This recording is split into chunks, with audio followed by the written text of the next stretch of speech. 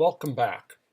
The purpose of this video is to take us through various examples for principal components analysis. So my goal is to make sure that all of you know how to run and interpret principal components analysis and give you ideas for how this gets applied in various settings.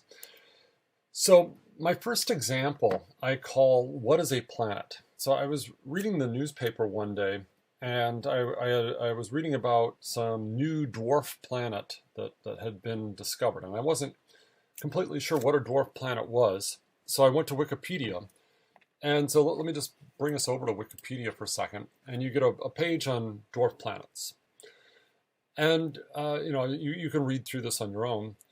What I thought was kind of interesting, now it looks like they've just added an additional column to this, was they gave this table with all of the large objects in our solar system. So the 8 planets, plus Ceres is actually an asteroid, and 3 what are agreed are dwarf planets. So Pluto, which used to be a planet when I was growing up, Ares and Sedna are some other objects out in the Kuiper belt. And so the question is, what makes something a planet versus a dwarf planet? Well, when I prepared this example, there were 3 measures that were used to distinguish between planets and dwarf planets. There is the mass of the body, expressed in Earth masses. So Earth has a mass of 1 Earth mass. You're going to see Venus is a little bit less than Earth, but definitely in the neighborhood. You're going to see Mercury and Mars are substantially smaller, whereas all the large planets, Jupiter, Saturn, Uranus, and Neptune, are substantially bigger than Earth. Then there are 2 other measures, lambda and mu. So let's just call them lambda and mu.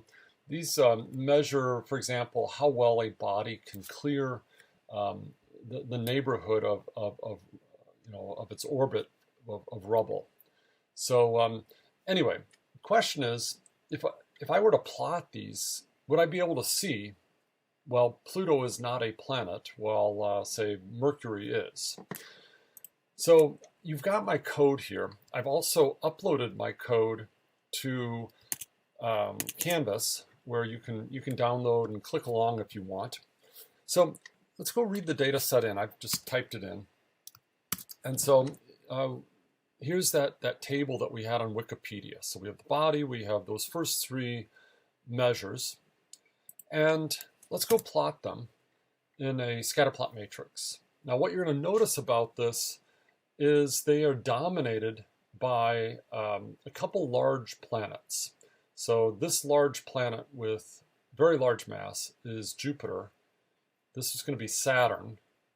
Then all the other bodies in our solar system get lumped down into just a tiny fraction of our graph. So these 2 are probably Uranus and Neptune, and then everything else is down here. So that's not especially helpful. Whenever you have observations that vary over orders of magnitude, so clearly the variability here is over orders of magnitude. Jupiter is a 317. That's more than 2 orders of magnitude bigger than the Earth. The Earth is several orders of magnitude greater than some of these objects in the Kuiper belt. So whenever you've got units that differ in orders of magnitude, my advice is log it. So log it is a good general strategy. And so I have just computed the logs of all these. And once I've logged them, we have a much more meaningful scatterplot matrix, rather than having the vast majority of my data points sandwiched into a tiny region of the graph. I can actually use the whole plotting space to see differences across these objects. So I think that's a very important lesson. Well, something that you should notice from this is that there are great correlations between these. So the larger an object is, the more it can clear stuff from its orbit. And mu is also fairly correlated, but it seems to be sort of 2 paths of this. That's moderately interesting. If you go look at a correlation matrix, you come to the same conclusion that there's very strong correlations between these variables. So the high correlations tell me there's really a lot of redundancy between them. So I'm going to go fit myself a principal components analysis. So we'll use PRComp. Now, very important question is, do I scale my data or not? So scale means go compute z-scores, which would mean analyze the correlation matrix. Scale equals false would indicate we're not going to analyze the correlation matrix. We're just going to mean center the data. Now, the rule that we use is when your units are incommensurate, which they certainly are here, we usually want to scale. So we are going to scale. I'm going to go plot the fitted object. The fitted object gives me a scree plot. Scree plots show the eigenvalues. So the eigenvalues, remember, are how much variance does each of the components account for. So we're plotting the variance against the component number, and what we see is the first component accounts for the vast majority of the variance. The second component accounts for very little. The third component is almost non-existent. So I could go run a pairs plot on this, and we can actually plot the components. So these are the scores with respect to these new principal axes. And so what you're going to notice, if you pay close attention to the scaling, is the first principal component has pretty vast ranges from -2 to +2, whereas if you go down to principal component 3, the scaling here is pretty small, from -0.3 to about 0. And so this is, what is that? Roughly 1 order of magnitude more variation in this direction versus this direction. You're going to see principal component 2 is somewhere in between, so -0.4 to +0.6 or so. All right, let's go do a summary on this object. When you do a summary, instead of giving you variances, R gives you standard deviations. Every other software package that I've seen also gives you variances in this part of the output. They give you the eigenvalues. R takes the square root of the eigenvalues and expresses these in standard deviations, but then everything else is expressed in terms of variances. So what we can say from this is the first principal component accounts for about 95% of the variation in the original scatter plot. The second component gives us another 5% or so. So the first two components combined get us up to 99.5% of the variance in the original data. The last component gives us about 0.5% of the variance in the data. Well, let's go look at our factor loadings. And so what you want to remember about these factor loadings, let me go to my document camera for a second, and I'm just going to remind you the way we compute these is, if y is my principal component, this is just my gamma transpose times x, where these are both vectors if you want to draw in your vector sign. And so the way to think about this in our case would be gamma 1 x1 plus gamma 2 x2 plus gamma 3 x3. So we can interpret these gammas, the eigenvector values, as how much influence does each one of the x's have on the principal component score. So this can be very useful in interpreting this. And so what we see with the first principal component is something that's quite common. All of the coefficients are roughly the same. So this is my first gamma right here. So gamma 1, 1, gamma 2, 1, gamma 3, 1. So this first eigenvector, all these coefficients are 0.58, 0.59-ish, and they're roughly the same. So if we think about, if they were all the same like this, 1/3 x1 plus 1/3 x2 plus 1/3 x3, that would be the simple average of the x's.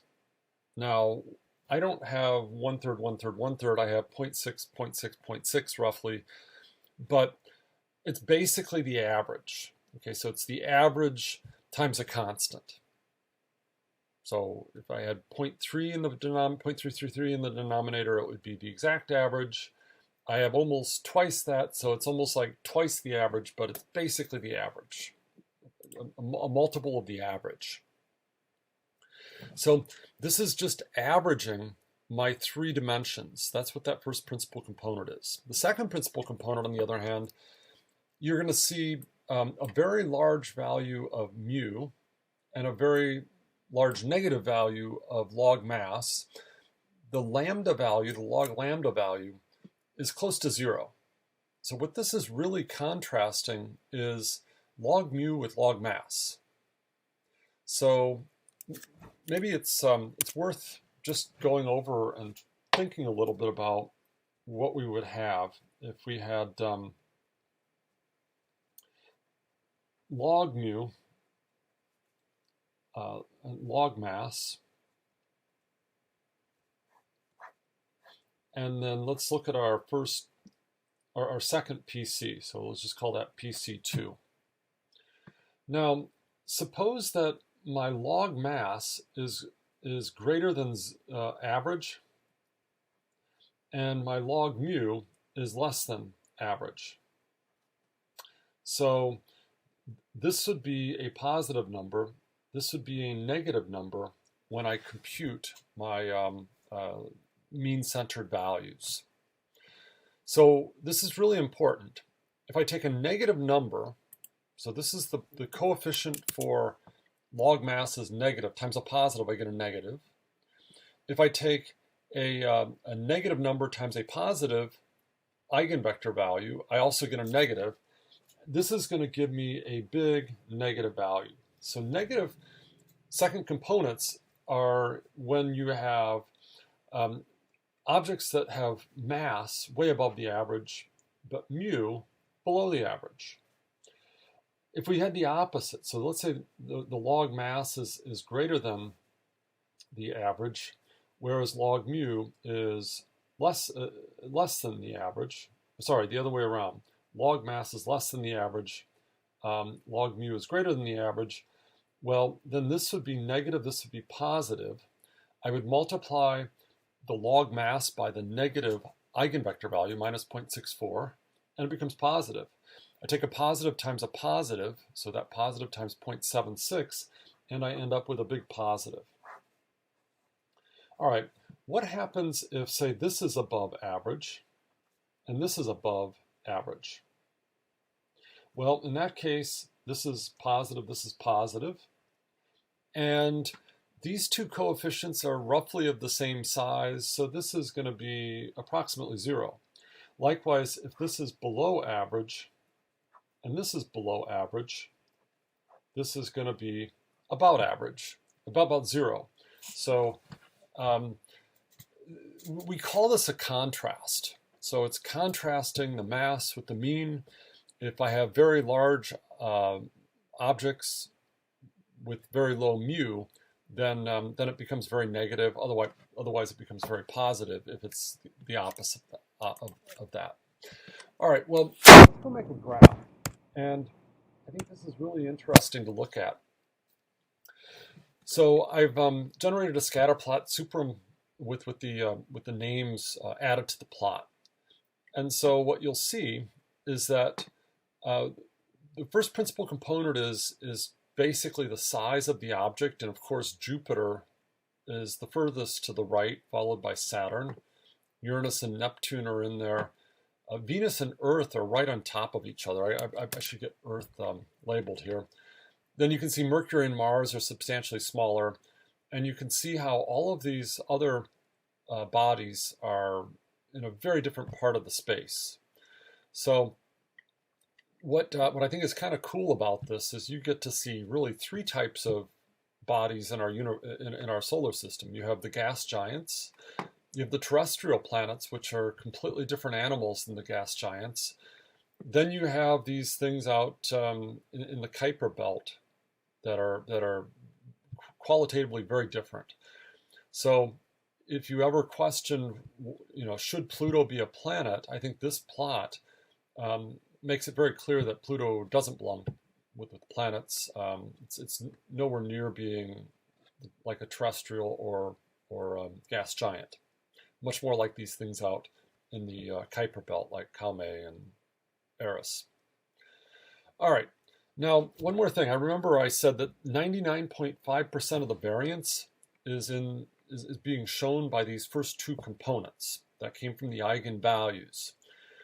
There is actually a third component, which would be coming out of the screen or into the screen. And so if we actually go look at these components, you can see that, actually, let's put some row names with them and list that again. This makes a little bit more sense. What you're going to see is that there's a couple values, like Ceres actually has a positive value of that third component, and it would come out of the screen. Whereas you can see Sedna is actually going into my screen. It has a negative third component. So those two bodies have the most interesting third components. There's another analogy I like to use, and I'm going to, it's not my analogy. Others have described it. Let's go over to my document camera for a second, and this is a Sharpie. And so, you've all seen Sharpies before and you know what they look like, but let's just say you couldn't see in 3 dimensions. What we're really doing with principal components analysis is we are studying shadows. So I'm going to take this out of the view of the document camera, and if you could only see the shadow of this, the principal component would choose the angle of this. Maybe this isn't such a great illustration, that captures as much variance as possible.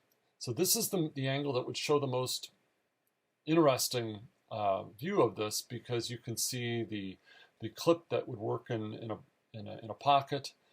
This would be a very boring shadow, because you just get to see very little variance in this. All right, so that's another way to think about this. Principal components analysis is trying to study shadows. Let me move my little light back. All right, that's enough of this example. I want to take you through a few more examples today. The second one I'm going to walk us through is the theater example. Actually, no, we're going to do the RBT example. So a while back, I was studying newspaper readership, and we took 6 measures of a person's newspaper readership. We looked at how much time does a person spend on a weekday with the paper? How much time do they spend with the Sunday paper? This is back when people mostly read paper papers. The Sunday paper was qualitatively different, and that was a very thick thing usually, whereas the weekday papers were substantially thinner. Weekday frequency is how many days per week do you read the paper. Sunday frequency is a 0-1 variable. Do you get the Sunday paper or not? Completion is what fraction of the paper do you read during the week versus Sunday. So I wanted to be able to visualize these 6 dimensions. So in the previous example, we had 3 dimensions, and I can't really see make a 3-dimensional scatter plot that easily. So I projected it onto the best possible 2-dimensional plane, and looked at the graphs that way. Well, here I have 6 dimensions, and I have no chance of showing 6 dimensions with any sort of scatter plot. So what I'm going to do instead is find the best 3-dimensional representation and look at it that way. So here are my eigenvalues. The eigenvalues are 4.39, 0.59, and 0.39. Now, one thing to note about this, my units are different. So I'm going to standardize my data, which means that each of my original x's has variance 1 after I standardize it. So the total variance in my original data would be 6, since there are 6 variables. So of the 6 in variance, I can get over 4.3 just looking at the first dimension. I can get another 0.59 looking at the second dimension. So I get 73% of my variance with just the first dimension, another 10% with the second. The third component gets me about 6.4%. The three components combined show about close to 90% of the variance in the original 6 dimensions. Let's interpret the eigenvectors now. So what you'll see about the first eigenvector is that all the entries in this eigenvector have roughly the same magnitude. They're all around 0.4. So in essence, this first eigenvector is averaging all of these. And so we think of this as like the total amount of reading that you're doing, where you can't say reading is just time or frequency or completion. It's a combination of all of them. The second component, though, has an interesting pattern. So all these coefficients alternate in sign, and they're all pretty substantial. So what we have here is weekday is all negative, Sunday is all positive. So if I had somebody who is only reading on Sundays, they'd be way above the average on all of the Sunday measures, way below the average on all the weekday measures. So if they're below average, that means after I mean center it, or standardize, they become negative. Take negatives times negatives, you get positives. Take positives times positives, you get positives. So large values of the second component indicate someone who only reads on Sunday and doesn't read on weekdays. Conversely, large negative values would indicate people who only read weekdays and not on Sundays. So I've labeled my axes as follows. First principal component is, we called it the reader behavior score, which ranges from very low reading, and you're going to see non-readers down here, all the way through very heavy readers on the other end. Then I labeled the second axis as Sunday, so very big positive values are Sunday only. Weekday only would be very negative values. An average of 0 indicates someone who is balanced. They read you both days, or they don't read either of them. So in the case of a non-reader, they're not reading you much on any of those.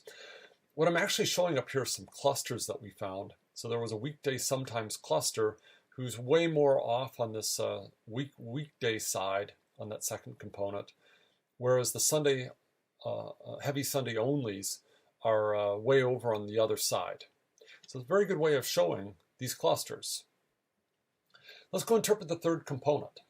So what we see with the third component is a different contrast between time and frequency and completion. So if I have a reader who is way above average on frequency and completion, so they read the paper completely, but way below average on time, okay, we would call that person a skimmer, then they go through the whole paper, but they only look at the headlines, so they don't spend much time with it.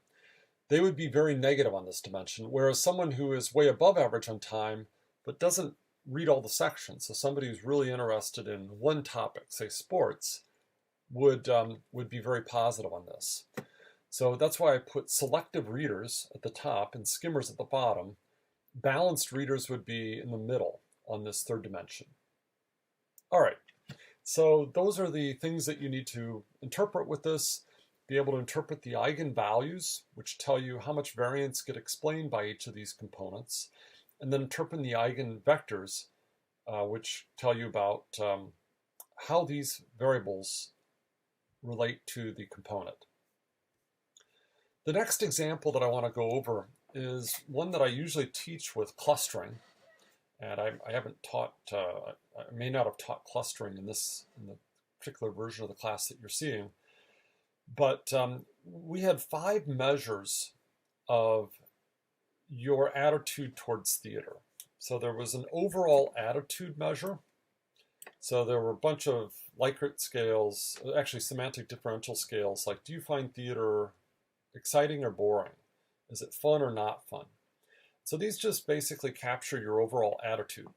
We also asked about, do you think that going to the theater requires planning? So high would be, yeah, a lot of planning. Low, not a lot of planning. Did your parents go, and did your parents take you when you were a child to the theater? So high on this would indicate Early socialization, where you saw it was a normal thing to go to the theater, versus low indicates you didn't have the early socialization. Next dimension was perceived value. Is going to the theater good value for the money or not? And then finally, is going to the theater easy to get to? Is it easy to get to the theater or hard to get to? So that's get to, it's not ghetto. I guess that's an unfortunate choice of names there. Well, I wanted to visualize these, all the respondents to this. So I threw it into principal components analysis. And so my units of measure are different, therefore we're going to standardize them. And what we see are the components for this. What I would ask you on a quiz would be, for example, how much variation or what fraction of variation is accounted for by the first principal component? And the answer would be 34%. What fraction would be accounted for with the first two components? The answer would be about 60%. What fraction is accounted for by the second component alone? And the answer is about 26%. So the sum of these two equals 60%. Notice if you have all 5 components, you account for 100% of the variance in the data. So we've interpreted our eigenvalues. Let's go look at the eigenvectors. So the eigenvectors are in the fit dollar rotation matrix. And what we see with this first component is typical again, where all my coefficients share the same sign. They're not exactly the same magnitude, but they're all substantial and negative. Some have a little bit more say than others. But this is basically going to be an average of all of them. So higher more negative first principal components means that you're higher on all these dimensions. The second component is kind of interesting because it's a contrast. So it's contrasting perceived value and whether you can get to the theater with mostly planning. So people who are high in this dimension would be above average on planning, but below average on perceived value and getting there. So these people complain a lot. It's not easy to get there, takes a lot of planning, not a good value, and I can't get there. Whereas people who are very negative on this would be people with a decent attitude towards the theater. So they'd be above average on getting there, above average on perceived value, below average on thinking it takes a lot of planning. So negative values would be very good prospects for the theater. Well, I'm going to show the original scatter plot, as well as I have, say, 3 cluster means. I had done some clustering earlier, and I'm going to show the color of the point as my, indicating the cluster. So we had this red cluster out here that had a very bad attitude towards the theater, didn't particularly like it, perceived value was low, they complained about getting there, and so that's the red cluster. You had another group, the blues out here, which are high on everything, so that's because of the negative signs, they're off to the left. This green group has a good attitude towards theater, and their parents, they had early socialization and all that.